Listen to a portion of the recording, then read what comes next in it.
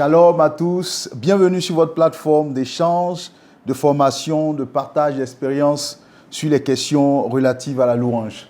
Bienvenue sur l'Académie en ligne.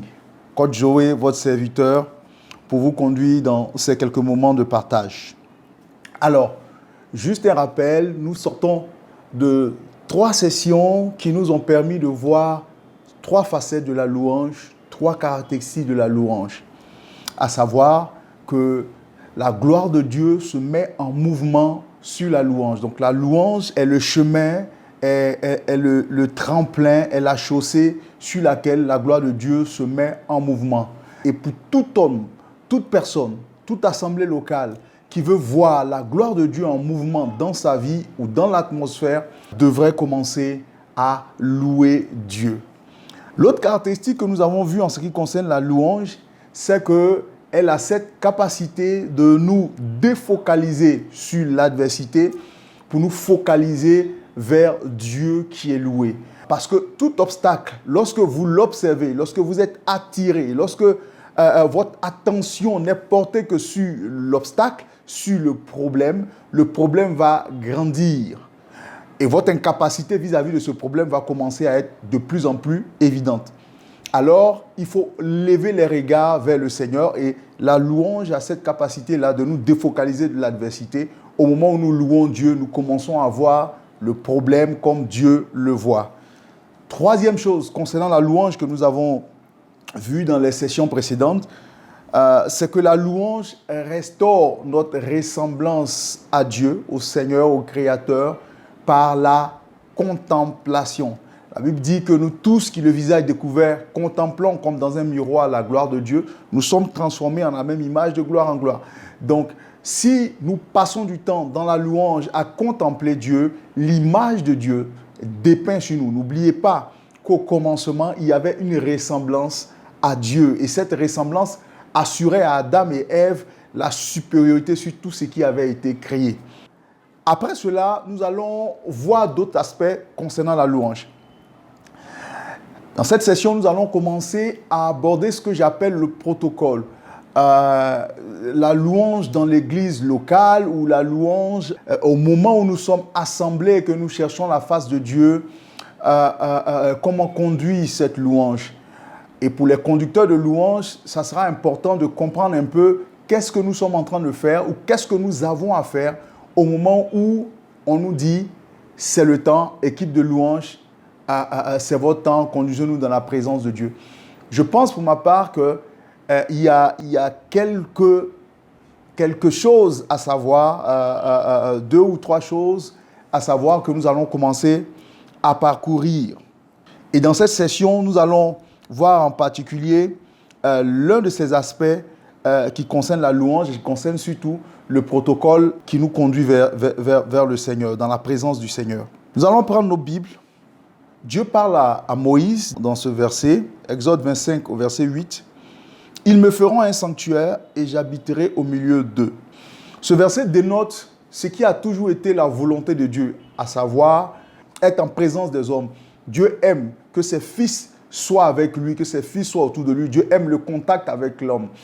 Et rappelez-vous, dans le jardin d'Éden, la Bible dit que Dieu parcourait le jardin et il venait vers l'homme. Donc, la volonté de Dieu a toujours été que le lien entre lui et l'homme soit établi, soit durable et ne soit jamais faussé. Donc, Dieu s'adresse à Moïse et il dit à Moïse, parlant du peuple, « Ils me feront un sanctuaire et j'habiterai au milieu d'eux. » Dieu veut donc installer, on va dire de façon définitive, de façon matérielle, sa présence au milieu de son peuple. Et il dit, pour que cela puisse se faire, Moïse, tu diras au peuple de me bâtir un sanctuaire pour que j'habite au milieu d'eux. Ce que Moïse va faire, quand Dieu après va lui donner les détails de l'architecture de ce sanctuaire. Pourquoi je reviens à ça? Parce que dans la conduite de louange, qui a pour objectif d'amener le peuple de Dieu dans la présence de Dieu, donc prendre le peuple de Dieu à partir d'un point pour le conduire dans la présence de Dieu, il est important de savoir dans ce protocole-là quels sont les niveaux d'approche de la présence de Dieu. Et c'est ce que nous allons essayer de parcourir. Rappelez-vous, le psaume 22 nous dit que Dieu est le Saint et il siège dans les louanges de son peuple, dans les louanges d'Israël. Pour dire qu'il y a plusieurs louanges. Donc, on peut trouver selon différents critères des différents types de louanges. Ici, je veux aborder les formes de louanges en fonction de l'atmosphère. Au moment où nous entrons dans la présence de Dieu, plusieurs atmosphères se succèdent depuis notre point de départ jusqu'à la présence, j'allais dire pleine, la présence forte, la présence palpable du Seigneur. Et la meilleure façon d'approcher ça, c'est de voir un peu l'architecture que Dieu donnait à Moïse là, à travers le sanctuaire. Quand Dieu dit à Moïse, ils me feront un sanctuaire et j'habiterai au milieu d'eux, dans le sanctuaire, il y a 3 niveaux, il y a 3 endroits, il y a 3 caps à franchir qui représentent des atmosphères en termes de présence de Dieu. Le sanctuaire était composé du parvis, le lieu saint et le lieu très saint. Alors, Dieu donne après les détails à Moïse comment l'architecture pile poil devra se présenter. Ce n'est pas tellement là l'objectif, mais c'est de comprendre, dans cette capsule, c'est de comprendre quelles sont les atmosphères. C'est de comprendre quels sont les niveaux de présence du Seigneur au moment où nous l'approchons dans la conduite de louange. Donc, 3 dimensions. Il y a le parvis, il y a le lieu saint et il y a le lieu très saint. Et ce que Dieu va dire à Moïse, c'est que dans chacun de ces endroits du sanctuaire va se trouver un autel. Il y a un autel dans le parvis qui s'appelle l'autel des reins ou l'autel d'Holocauste. Un autel dans le lieu saint qui est l'autel des parfums ou l'autel d'or. Et il y a l'arche qui est dans le lieu très saint. Et l'arche était la symbolique de la présence pleine de Dieu au milieu de son peuple. Donc, tout un sanctuaire qui est la résidence de Dieu, mais la présence de Dieu dans le parvis n'était pas la même que la présence de Dieu dans le lieu saint, n'était pas la même que la présence de Dieu dans le lieu très saint. Donc, il y a 3 niveaux de présence de Dieu. Bien que tout le sanctuaire soit l'habitation de Dieu, comme il a dit, ils me feront un sanctuaire et j'habiterai au milieu d'eux.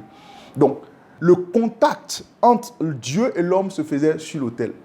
N'oubliez jamais. L'autel symbolise un point de contact, donc était la symbolique d'un point de contact entre Dieu et les hommes. La première fois que l'autel est évoqué dans la Bible, c'est dans Genèse 8. On peut le lire, Genèse 8, à partir du verset 20. La Bible dit, Noé bâtit un autel à l'Éternel, il prit de toutes les bêtes pures et de tous les oiseaux purs, et il offrit des holocaustes sur l'autel.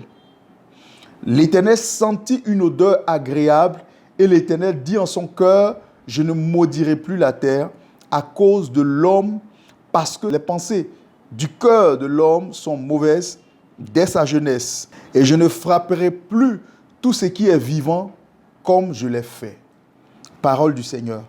Alors, la première fois que l'autel est évoqué, on voit Noé qui, après le déluge sort, il bâtit un autel et sur cet autel, il offre des animaux, dit des animaux purs. Et le verset qui suit nous dit que l'Éternel sentit une odeur agréable qui montait. Et vous allez voir par la suite, tous les patriarches ont été des bâtisseurs d'autels. Chaque fois qu'ils voulaient invoquer Dieu, chaque fois qu'ils voulaient entrer dans la présence de Dieu, ils bâtissaient des autels. Abraham, Isaac, Israël étaient des bâtisseurs d'autels. Pourquoi? Parce que l'autel est un point de contact entre le spirituel et l'humain, entre le divin et l'humain. Donc, pour revenir au parvis, il y avait un autel dans le parvis qui est le signe du contact de Dieu avec son peuple. Il y a un autel dans le lieu saint qui est le signe du contact de Dieu avec son peuple. Et il y a un autel dans le lieu très saint qui est l'arche, qui est le signe du contact entre Dieu et son peuple. Ce que Dieu va dire après à Moïse, nous verrons dans la suite, dans les autres capsules, en ce qui concerne l'arche. Mais la présence de Dieu qui prévalait dans le parvis est différente de celle qui prévaut dans le lieu saint et est différente de celle qui prévaut dans le lieu très saint. Pour dire que dans l'approche de Dieu à travers la louange, donc pour les conducteurs de louange, pour les équipes de louange, vous devez discerner donc l'atmosphère qui prévaut au moment où l'on vous dit « Équipe de louange, conduisez-nous dans la présence de Dieu ». Quelle atmosphère prévaut? Parce qu'il y a l'atmosphère de parvis qui donne une présence de Dieu, mais qui n'est pas la même que l'atmosphère du lieu saint, qui donne une présence de Dieu, mais qui n'est pas la même que l'atmosphère du lieu très saint. Vous me verrez chaque fois revenir là-dessus, parce que c'est important de comprendre cela pour aller dans la suite sur la conduite de louange. Donc, il y a une atmosphère première qui est appelée atmosphère de parvis. Le parvis, c'est quoi? Le parvis, j'allais dire, c'est l'endroit où le peuple venait pour des types de sacrifices. Dans le domaine de la louange, je vais assimiler ça à ce que la Bible appelle très souvent la grande assemblée. Ce n'est pas un endroit select, c'est un endroit où tout le peuple pouvait venir pour différents types de sacrifices selon la situation de chacun. Tout le monde pouvait venir là, il y avait de tout le monde. Et la louange, donc, qui sied à l'atmosphère de parvis, est une louange que j'appelais la louange dans la grande assemblée. Prenez avec moi votre Bible, Psaume 22, au verset 25 ou au verset 26, tout dépend de votre version. La Bible dit « Tu seras dans la grande assemblée l'objet de mes louanges. J'accomplirai mes vœux en présence de ceux qui te craignent. » Psaume 35, au verset 18. « Je te louerai dans la grande assemblée, je te célébrerai au milieu d'un peuple nombreux. » Aussi le psaume 40, au verset 10. « J'annonce la justice dans la grande assemblée. Voici, je ne ferme pas mes lèvres, Éternel, et tu le sais. » Au verset 11. « Je ne retiens pas dans mon cœur ta justice, je publie ta vérité et ton salut. Je ne cache pas ta bonté et ta fidélité dans la grande assemblée. » La grande assemblée est donc un lieu de témoignage, un lieu où on parle de ce que Dieu a fait, un lieu où la louange qui est faite va être une louange, on va dire, de reconnaissance, une louange qui dit ce que Dieu a fait, une louange qui parle de Dieu, une louange qui veut témoigner de Dieu, de ce que Dieu a fait. Dieu a travaillé pour nous dans le secret, Dieu a fait des choses et nous venons pour le glorifier, pour le remercier, pour marquer notre reconnaissance. Donc, la première atmosphère est une atmosphère de parvis que vous devez discerner en tant que conducteur de louange, nécessairement.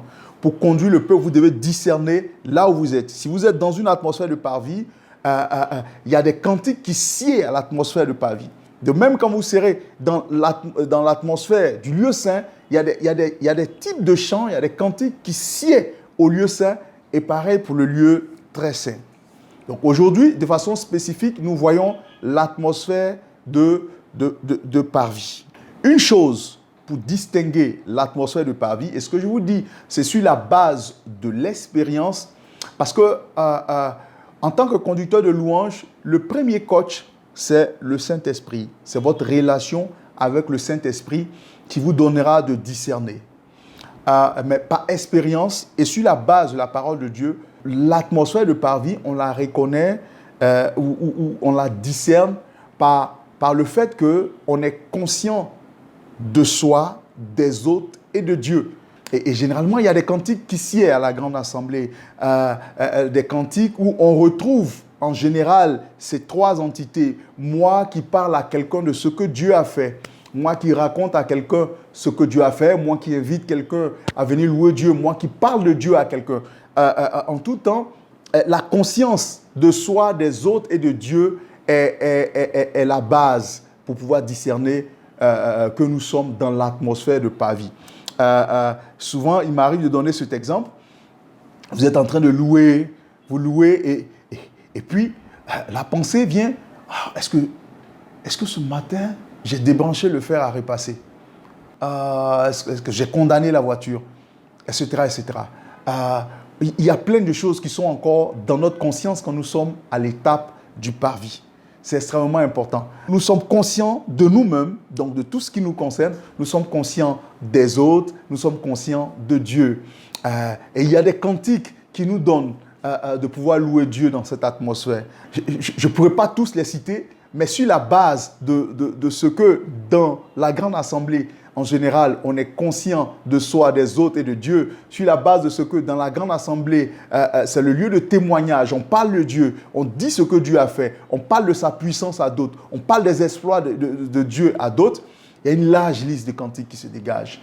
Et c'est important plutôt les choix des cantiques que nous faisons en fonction de l'atmosphère que nous avons discernée au moment où nous conduisons la louange. Des chants du type « Ensemble louons le Seigneur, il est vivant ».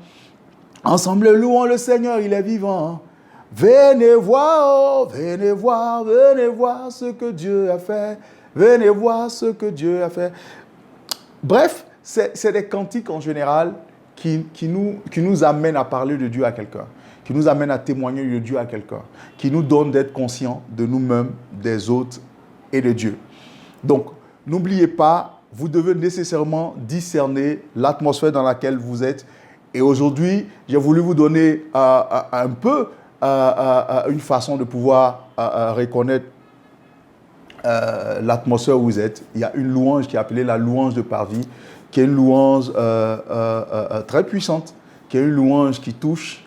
Et dans la prochaine capsule, j'irai encore plus loin. Que Dieu vous bénisse et rendez-vous à la prochaine session.